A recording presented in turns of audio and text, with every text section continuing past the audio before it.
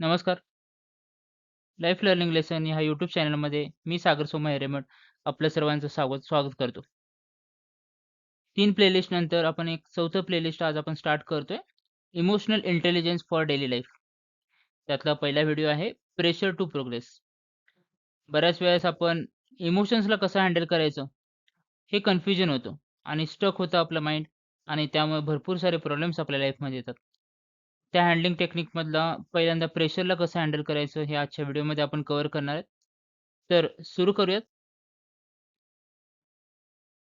जे महत्त्वाचं जे युद्ध आहे, जे बॅटल म्हणतो आपण त्याला, ते आपण एखाद्याने आपल्याला ओरडलं किंवा एखादं फॉर एक्झाम्पल कंपनीमध्ये तुम्ही काम करताय किंवा फॅमिलीमध्ये काही इश्यू झाले किंवा रिलेशनशिपमध्ये काय झालं, तर त्याला आपण सम इव्हेंट कन्सिडर करू शकतो आणि त्याला आपण डिफरंट इमोशन्समध्ये कन्सिडर केलं तर कधी आपल्याला राग येतो, कधी भीती वाटते, कधी आपल्याला लाज वाटते, कधी आपलं मन दुखावलं जातं. अशा अनेक इमोशन्समध्ये डिफरंट पॅरामीटर्समध्ये आपण आपल्या त्या सिच्युएशनला कन्सिडर करू शकतो. मग त्याचे रिएक्शन आपलं माइंड इमिडिएटली देतं. कधी-कधी आपण एकदम शांत बसतो, कधी-कधी मॅच्युरिटी असल्यासारखं बिहेव करतो आणि कधी-कधी आपण रागात बोलून जातो. Life is not changed but only by events. It is changed by emotional processing. मग आजच्या व्हिडिओमध्ये आपल्याला ह्या सिच्युएशनला टॅकल करायचं आहे. ॲक्चुअली प्रॉब्लेम काय आहे? तो आपण आता डिफरंट इमोशन फेजेसमध्ये भीती, त्यानंतर जे राग आहे त्याला कंट्रोल करणं आणि बाकी सिच्युएशनला हँडल करण्यासाठी काय करायचं ते आपण वन बाय वन बघणार आहेत. पुढे जाऊयात. Emotional intelligence is an inner operating system.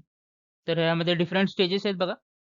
पहिल्यांदा इव्हेंट, जसं आपण इव्हेंट बघितले वेगवेगळे सिच्युएशन्स म्हणू शकता तुम्ही याला. त्यानंतर emotional sensor, read emotional signal. Emotional sensor हा तुमचा हर्ट जे आहे ते त्या ठिकाणी ॲक्ट होतं. त्यानंतर मीनिंग इंजिन आहे. ते आपण इमिडिएटली त्याच्याबद्दल ॲक्शन परफॉर्म करतो. त्याचं गेसिंग करत जातो आणि त्यावरनं आपण रिस्पॉन्स फिल्टर करतोय आणि त्यानंतर लाईफमध्ये जे आउटपुट आहे ते येतं. ओके. म्हणजे ऑटोमॅटिक आपल्या माइंडला रिएक्शन मिळतं. फॉर एक्झाम्पल एखादी सिच्युएशन झाली. जर कोणी काय ओरडलं तर आपल्याला इमिडिएटली राग येतो आणि आपण इमिडिएटली त्याला रिस्पॉन्स देतो आणि त्याच्यामुळे भरपूर साऱ्या गोष्टी बदलतात. म्हणजे आपण त्या पर्सनला गमावू शकतो किंवा त्या सिच्युएशनमधून कधी-कधी आपल्याला पुढे जाताना लाईफमध्ये प्रॉब्लेम येऊ शकतात. Most people are not weak. ह्यामध्ये भरपूर जणांना वाटतं, की इमोशनल जे आहेत ते इमोशनला कंट्रोल नाही करता आलं तर आपण लाईफमध्ये फार वीक आहे. असं भरपूर जणांना वाटतं. पण तसं नाहीये. इमोशन्सला कंट्रोल करण्यासाठी एक थोड्याफार गोष्टी तुम्हाला हँडल कराव्या लागतात. जसं की इमोशन आपण पहिल्यांदा ट्रिगर करतो. त्यानंतर इमोशनला आपण एक्सपोजन देतो. त्यानंतर ब्लाइंड रिएक्शन देतो.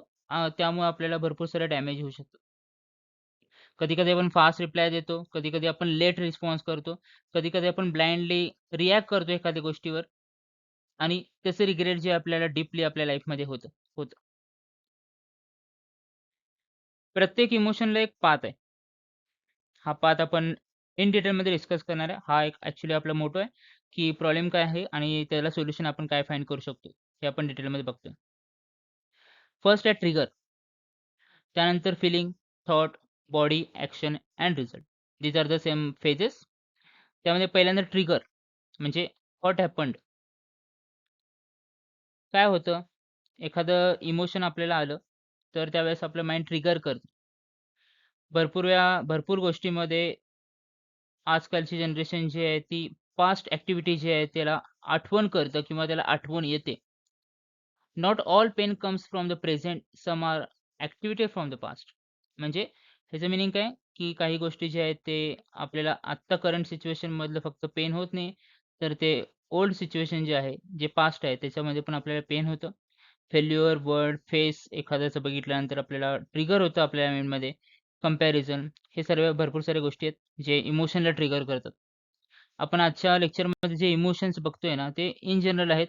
पर्टिक्युलरली रिलेशनशिपबद्दल किंवा एखादं फॉर एक्झाम्पल सिच्युएशनबद्दल ऑफिसमधलं, स्कूलमधलं, टीचर रागवले किंवा पॅरेंट्स रागवले ह्याच्याबद्दल पर्टिक्युलर नाही आहे.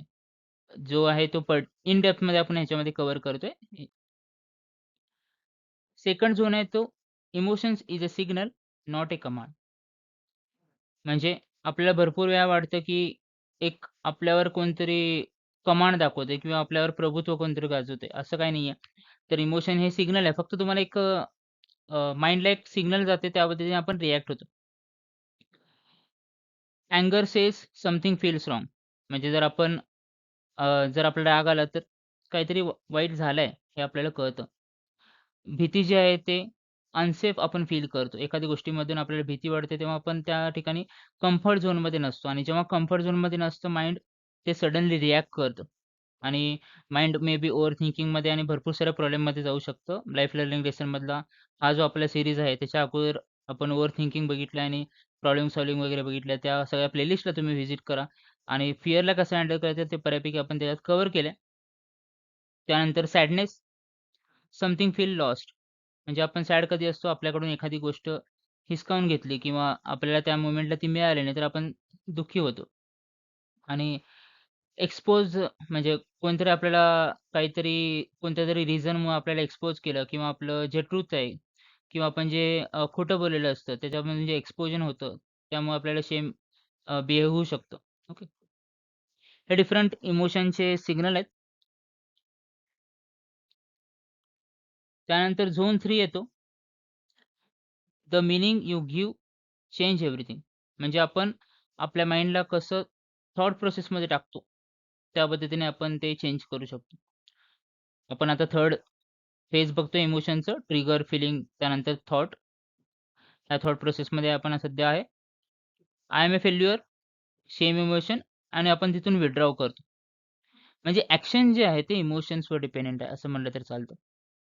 इमोशन्स जर फॉर एक्झाम्पल रिलेशनशिपमध्ये काय झालं असेल, भांडण झालं असेल, तर ते आपण ॲक्शन मोडमध्ये जाताना निगेटिव्ह गोष्टी जे आहेत ते माणसाचे आठवतात. मग तसंच आपल्याला एखाद्याचा राग आला, तर आपण समोरच्याला रागावून बोलतो. ते इमोशन्सवर सगळा जो आहे तो खेळ आहे ॲक्चुअली. ॲक्शन हे is purely dependent on the emotions आणि त्या ॲक्शनला कंट्रोल करण्यासाठी आपल्या इमोशन्सला कंट्रोल करण्यासाठी इमोशन आल्यानंतर जे फेजेस आहेत, जे आपल्याला कव्हर करायचे आहेत. पुढच्या व्हिडिओमध्ये आपण ते आत्ताच्या व्हिडिओमध्ये बघतोय. तर त्यानंतर झोन 4 मध्ये आपली बॉडी जी आहे ती सगळ्यात फास्ट रिएक्ट करते इमोशन्सला.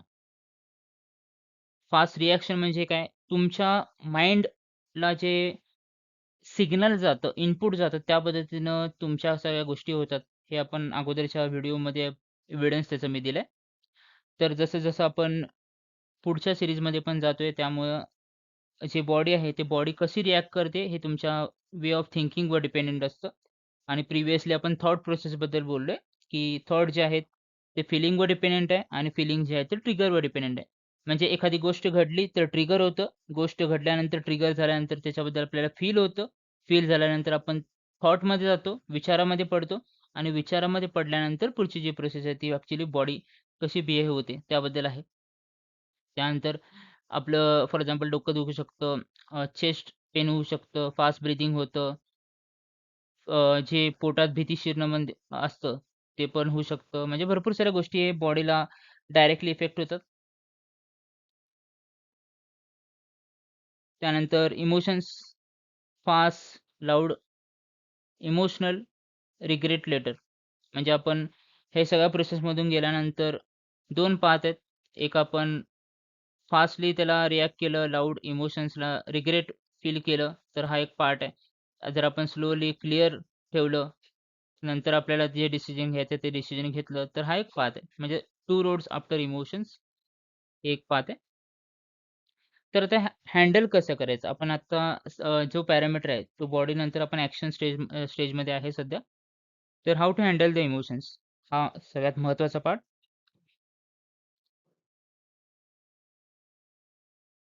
कसं हँडल करायचं? पहिल्यांदा ट्रिगर करतो आपण. ऑलरेडी आपण बघितले फेजेस. Emotions wave. जर तुम्हाला फेजेस आठवत नसतील तर प्रिव्हियसला थोडं बॅकवर्ड करून व्हिडिओ बघू शकता तुम्ही. तो कळाल्यानंतरच हा पार्ट इझिली कळेल. पहिल्यांदा ट्रिगर. ट्रिगर झाल्यानंतर आपण इमोशन्समध्ये जातोय. तिथून जे इमोशन्स नंतर जे फीलिंग होतं, त्यानंतर थिंकिंग थॉट पॉवर होती. हे सगळे त्यानंतर बॉडीवर इन्फेक्शन होतं त्याचं. हे सगळ्या प्रोसेसच्या अगोदर तुम्हाला एक पॉज गेट एस्टॅब्लिश करायचं. त्यामध्ये श्वास घ्यायचे, काही वेळ थांबायचे आणि फीलिंगला त्या प्रोसेसला तुम्हाला नाव द्यायचं. म्हणजे फॉर एक्झाम्पल भीती वाटत असेल, तर त्याला वेगळ्या वेगळ्या पद्धतीने हँडल करायचं. डायरेक्टली समोरच्याला म्हणायचं नाहीये. जर राग आला असेल तर शांत बसायचं. असे वेगवेगळे फेजेस आहेत. ते फेजेस आपण रिस्पॉन्स फॉर्म्युलामध्ये पुढच्या स्लाईडमध्ये आपण बघतोय. आणि चूज एंड रिस्पॉन्स जे ॲक्शन आपण घेतोय, नेम द फीलिंगच्या नंतरची स्टेप ती सगळ्यात महत्त्वाची असते. एक सिच्युएशन इमॅजिन करा सांगतो. पहिल्यांदा फॉर एक्झाम्पल 2 फ्रेंड आहेत. त्याच्यामध्ये काहीतरी कुठल्यातरी गोष्टीमुळे वाद झाला. मग त्या वादामधून इमोशन जे आहेत ते अँग्री म्हणजे अ, राग आला समोरच्या पर्सनला. मग त्या ठिकाणी जर सडनली आपण बोललं गेलं 2 स्टेज आहेत ह्याच्यामध्ये. आपण सडनली रिस्पॉन्स दिलं, तर ते भांडण वाढू शकतो आणि रिलेशनशिपला धोका होऊ शकतो. सेकंड स्टेज अशी असते, ज्यावेळेस एक माणूस ओरडत असेल किंवा रागवत असेल, तर दुसरा माणूस जे आहे ते दुसरा फ्रेंड जो आहे तो शांत बसेल.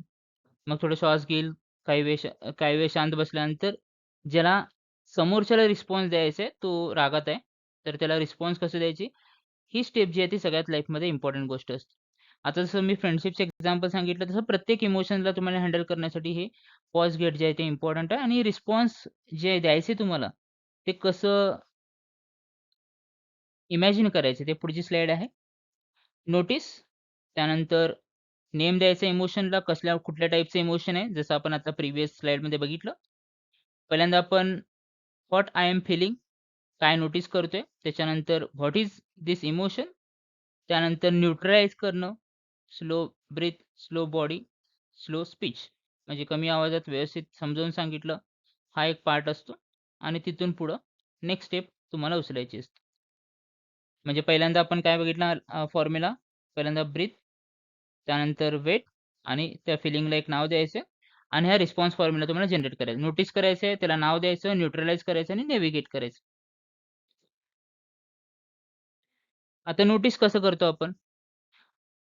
आता नोटीस करण्यासाठी काही गोष्टी इम्पोर्टंट आहेत. स्टॉप ऑटो पायलट म्हणजे ऑटोमॅटिक गोष्टी ज्या घडतात त्याला स्टॉप करायचं रागामध्ये आपण बोलून जातो ते स्टॉप करायचं. फॉर एक्झाम्पल तुम्हाला कधी भीती वाटली, तर भीतीमध्ये आपण समोरच्याला कधी-कधी काय करतो, त्या भीतीच्या सिच्युएशनमध्ये आपण तिथंच अडकून बसतो.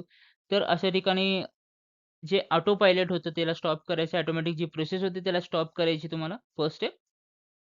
कॅच द इमोशन अर्ली म्हणजे इमोशन्सला लवकर तुम्हाला कॅच करायचं आहे. भीती वाटलं किंवा राग आला हे इमोशन्स आपल्याला अर्ली स्टेजेसमध्ये कॅच करायचे ऑब्झर्व्ह करायचे. समोरच्याला बोलताना आपण 10 वेळा विचार करावा असं म्हटलं जातं. ते ऑब्व्हियसली आहे. Observe before speaking, see the signal clearly. मग हे आपलं नोटीस द सिग्नलमध्ये येतं. पुढचं स्टेप जे आहे ते नेम इमोशन्स. एवढे सगळे इमोशन्स आहेत. Real words, angry, jealous, afraid आणि बाकी सगळे. ह्याला तुम्हाला कॅटेगराईज करायचं आहे. डिफिकल्ट टास्क नाही आहे.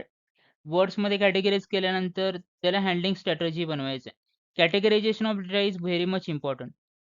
म्हणजे आपण एखाद्या लार्ज अमाउंट ऑफ डेटाला जसं हँडल करतो किंवा लार्ज इन्फॉर्मेशनला जसं आपण स्मॉल पीसेसमध्ये ब्रेक करतो आणि ते लक्षात ठेवतो.